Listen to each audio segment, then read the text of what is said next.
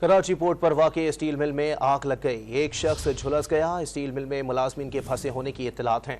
मजीद जानते हैं don news के नुमाइंदे आसिम खान से। जी आसिम, अपडेट कीजिएगा, ये क्या मामला पेश आया है? आग की वजूहात क्या बताई जाती हैं?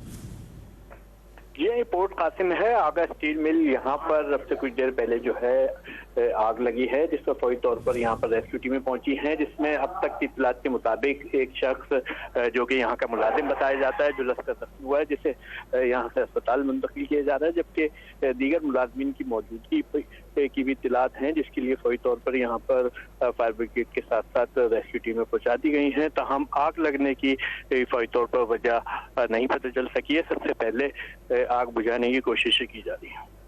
बहुत शुक्रिया आसिम खान अपडेट करने के लिए। आपको बताएं इस हवाले से कि पोर्ट कासिम पर वाक़ई स्टील मिल में आग लग गई है। एक शख्स झुलस कर ज़ख्मी हो गया। स्टील मिल में मुलाजमीन के फंसे होने की इत्तलात भी हैं, जबकि फायर ब्रिगेड का अमला आग पर काबू पाने में मसरूफ़ है।